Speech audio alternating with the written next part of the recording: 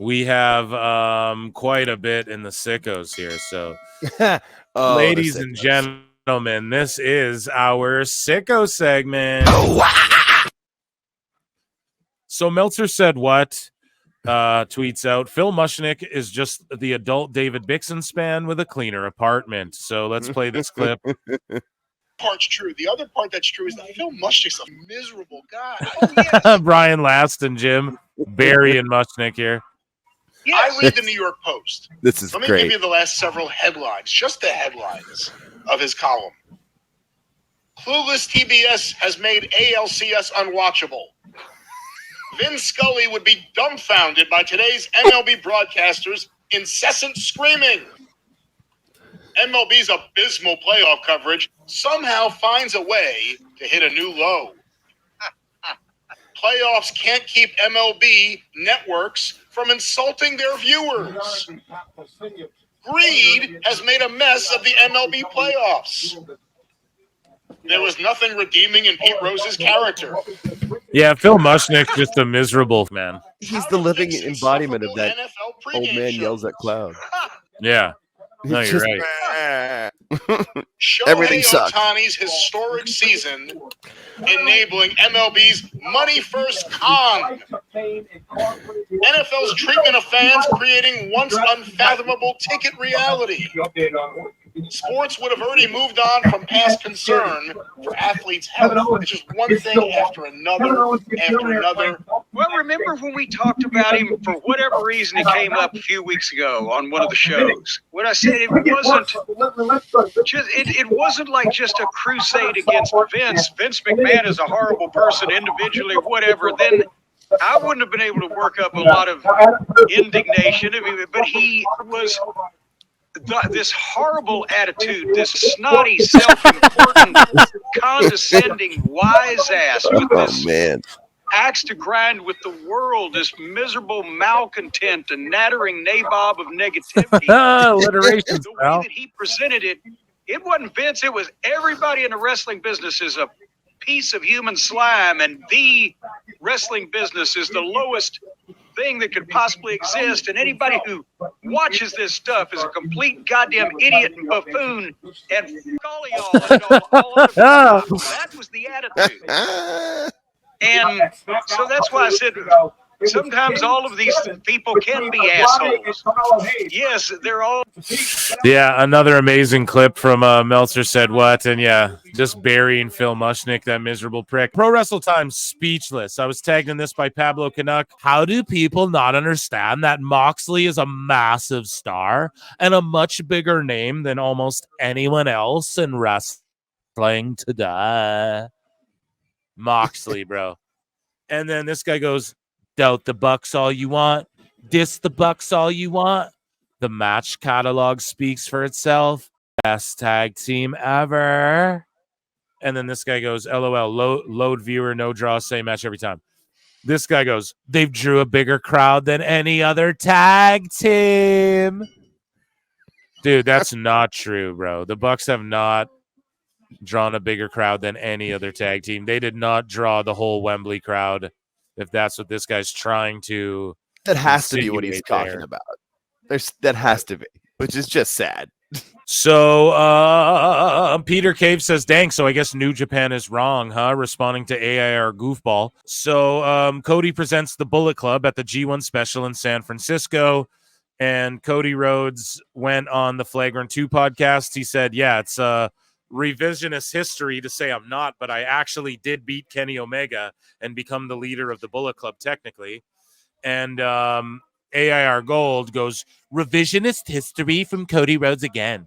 There's a whole online argument about whether was I ever a Bullet Club leader. It is official. I did lead it. I won against Kenny Omega to get leadership. He did, though, technically. New Japan said that, you dummy. Yeah. So the mole said, I mean, I did tell you guys. And here we go. Time Cop. And he's wearing the hat with the Time Cop logo on it. Up. And pointing at it, too. That's I'm leaving that. Part. Yeah, I'm leaving that in the bookmarks because I need that picture for a thumbnail in the future. The mole even knew Tony's Halloween costume. So Awful Wrestling says, See, it's just as I knew. These guys don't actually hate. They want attention from me. And so this Mercedes Monet, I don't know. This account's stupidest. But yeah, they're trashing Awful. Awful responds to it and goes, "This doesn't bug me. Y'all have fun." And Awful's been getting it too because he came on this show and responded to haters. But now people are jumping on him like, "Oh, you blocked everyone who was hating on you." And so I think he went on a blocking spree. But I mean, that's why the block button's there. I don't know. Shout out Awful, whatever. He said his piece. If you guys haven't yet, go check out the clip. Yeah, so Awful responds, and then this Mark jumps out and goes, "Hey, want to join my spaces? I want to know why you don't like AEW." So they just want a daddy magic taste of Awful's 11,000 Twitter people. That's all it really is. Like, I don't believe any of these people. Awful challenged everyone. He's like, "Show me a ticket stub. Show me a..." Oh, yeah, and then some people did, though. And then Awful was like, "No, print it out and write Awful on it." And I'm like, "Nah, Awful. Like, now you're going too far. Who has a printer? When we go to the library, bro, it's 20.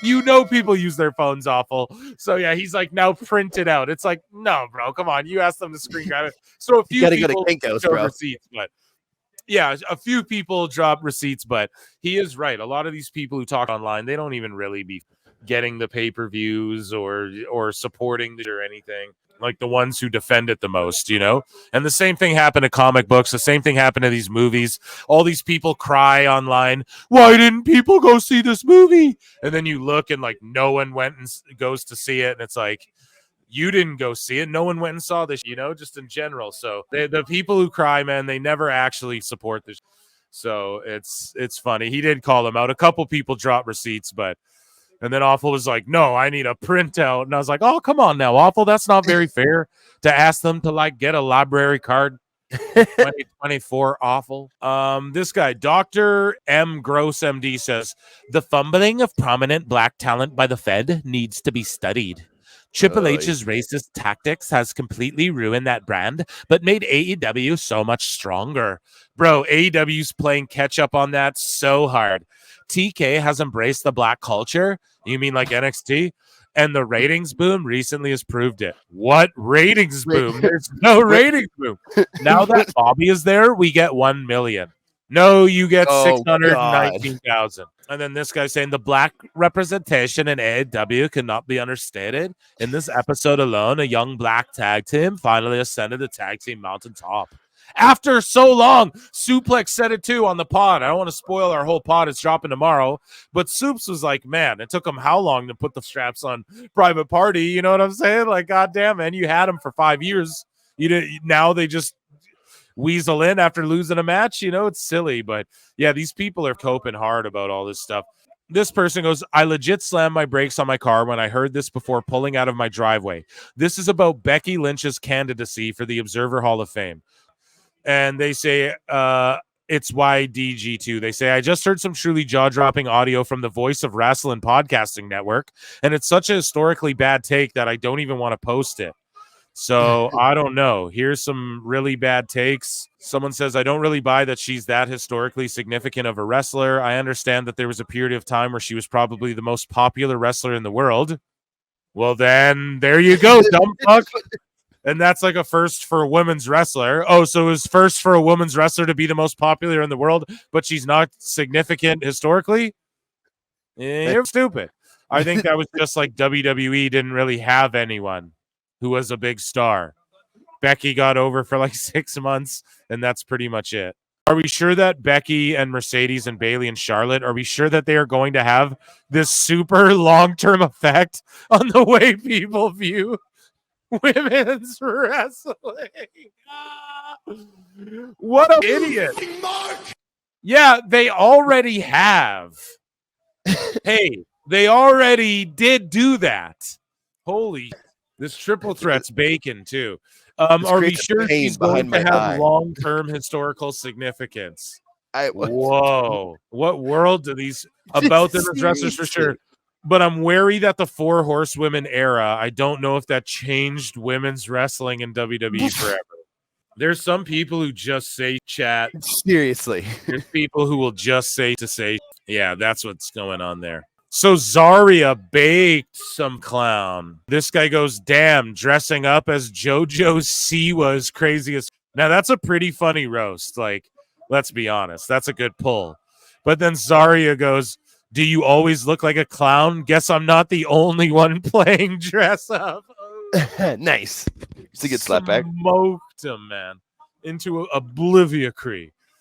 So Sagano says, LMAO at all the sickos who flat out lied and tried telling me she had done that move before. You probably have never seen her work outside of your fave promotion.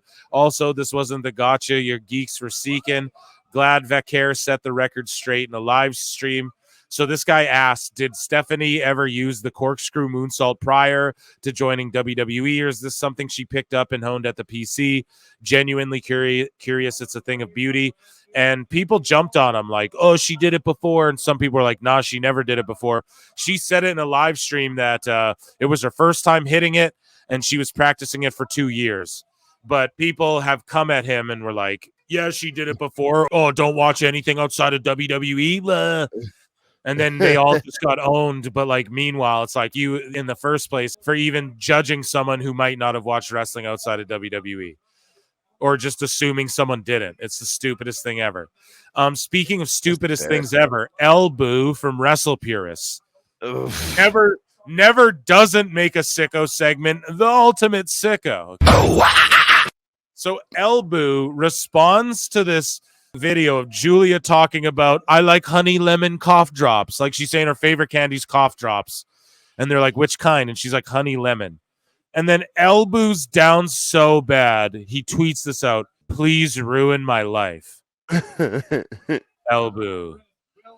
Stop thirsting, bro. Emotional damage. You're down that bad, dude? Jesus. Seriously. So AEW Real One, another real sicko, who's definitely watching Crown Jewel right now, goes, AEW roster is so stacked that Kenny Omega and now the Young Bucks are away from the product, and they'll be fine. I already miss them, though. I don't know, man.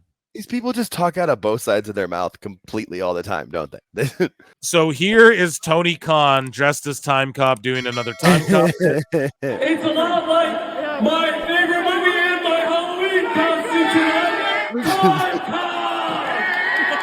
The pointing. Oh, retard alert! Retard alert! Redacted.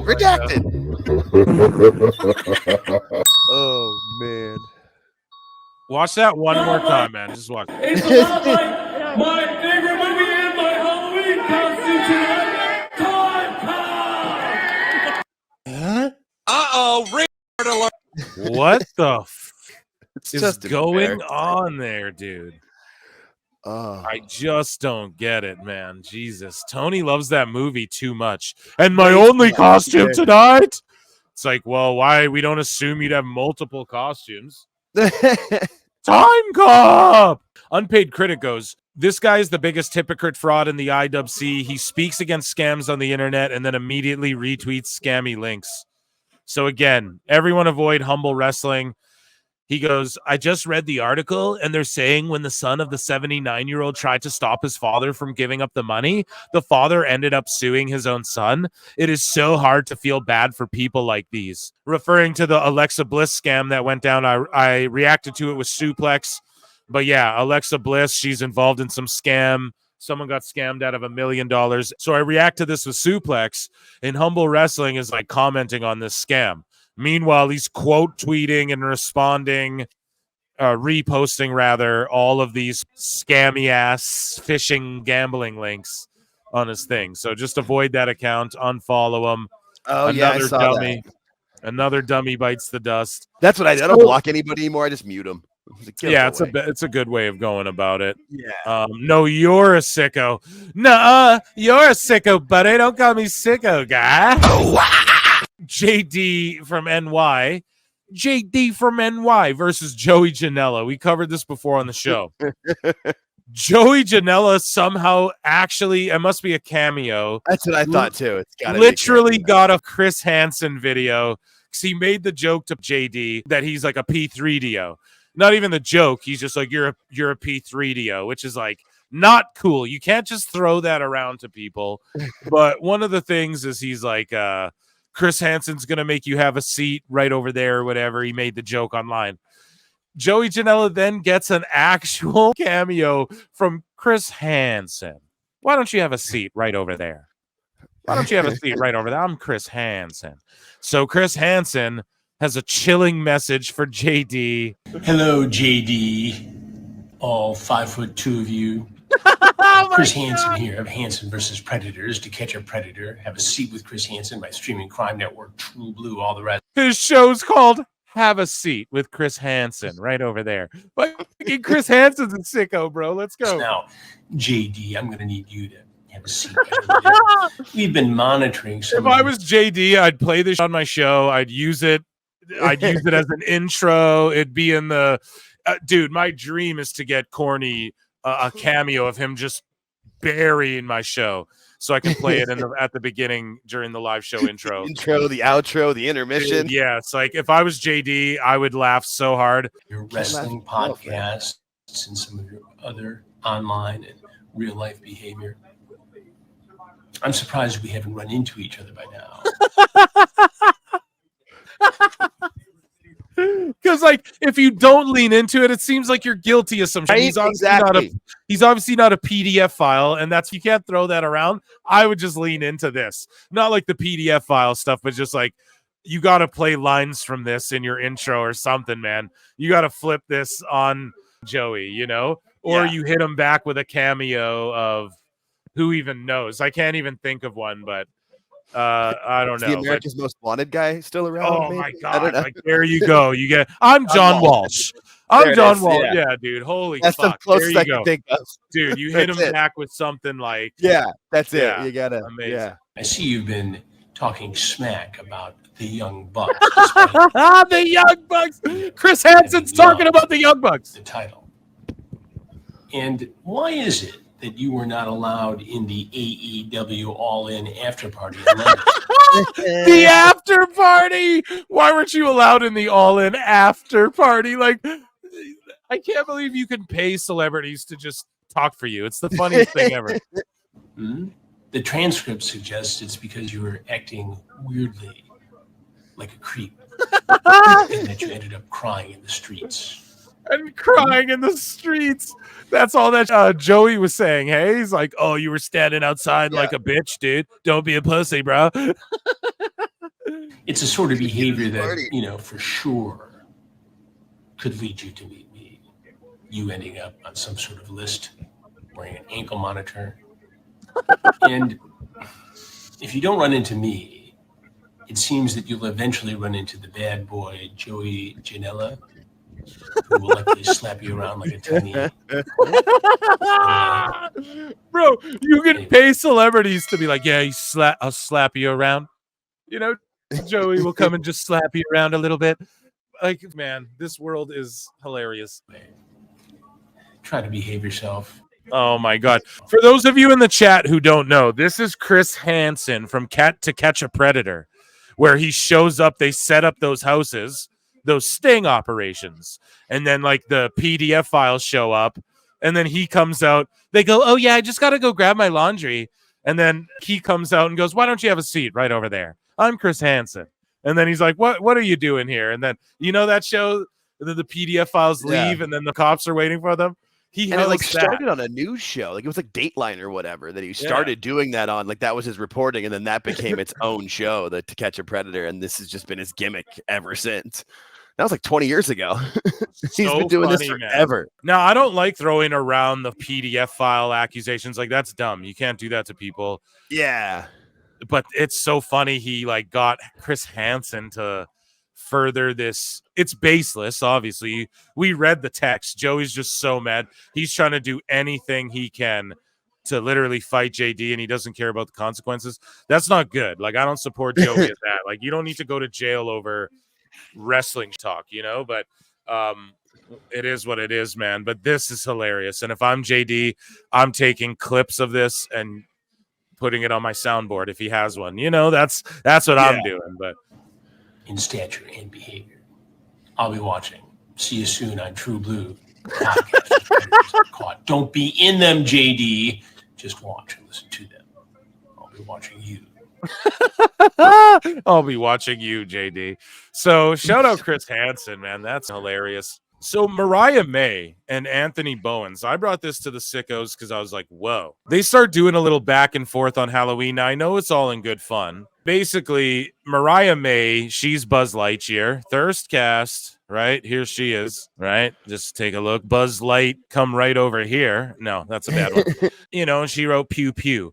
And then Bowens he is gay, guys. Okay, so they like to flirt with each other on X, and she's always like, oh, I want to bang Bowens type thing is like the game they play on X. And it's funny. But this time I went, this got a little sicko territory for a second here, because now someone can correct me if I'm wrong, but Mariah May's like pew pew. Then he goes, nice, but I bet you can't top my Woody. Top my Woody. That's bars right there. And then she goes, shut the up and put your snake in my boot already, which is hilarious if you've seen Toy Story. Okay, funny. But then Bowens goes, it's already an Andy's. I'm sorry. Now, isn't Andy a kid? He's the kid. He's the kid in the I know, movie. but like, what age is he in the last one, like episode 4 or whatever the last one was? Is he in college or something? Please tell me he's an adult now. I was like, wait a minute. So it popped me. Then I was like, no, wait. That's a kid, bro. Hold on a second. What the chat in the last Toy Story? I don't know if you guys watched that.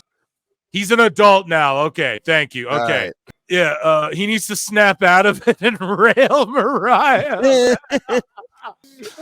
Thirstcast. But yeah, dude. I mean, okay, he's an adult now. Good, because I was like, whoa, hold up. You know, I was like, wait a minute. Wasn't he like a kid in the movies last time I saw it? So I don't know, man. She's looking like Buzz Lightyear in that second picture. Hello. Buzz Light, bring that ass here. Yeah. This guy tweets out a tale of two stories. One fake outrage, another of actual common sense and logic. So this guy goes, first huge L for the Triple H era. I don't know if releasing Indy and Tegan and Corbin are L's, man. And then Junkie, who blocked me because CM Punk returned and he said he'd delete his account. And I went, Junkie, delete. You talked that, even though I like Junkie, but he blocked me. So someone tell Junkie to unblock me and we will call a truce. But he goes, before people start acting like WWE lost Roman Reigns and Charlotte Flair, you need to make space for the newer talent. With every Julia and Stephanie and Delta, you need to let go talent that adds nothing to the product. Nobody was clamoring for any of those three. It's true. I said it too. I was like, what were any of them doing before you get mad? Listen to this crowd sing Cody. That's crazy. But yeah, none of them were doing so. Other than like Indy was shocked me, I think the most, because she was on TV actually. It was like, oh, somebody posted this too. WWE released 2 queer women. Okay, and it's 2024, bro. You know, LG, how the fuck? I'm sure they like you just chalking them up to, oh, they're queer, and that's all they are. You know, like it's just silly, man. Right? These cancel pigs, bro. Yeah, they're always just looking for those stink truffles to put a stink up about, you know? This one just popped me because it's so dumb. This guy goes, I still can't get over how Brian Zane, you all know Brian Zane, right? Made a wrestler in a video game named Sweaty Beef. And now AEW has on their roster a very sweaty guy named Beef. And it's like, bro. This guy's Tony Khan. That's why that fall off. You what? You'll never get a crowd chanting for a guy named Beef or anyone in AEW the way they're singing for Cody right now. You know what I mean? Yeah. Shout out Brian Zane for coming up with create a character that I came up with on No Mercy when I was 7 years old or whatever. And that was our Sicko segment of the week. Oh, wow.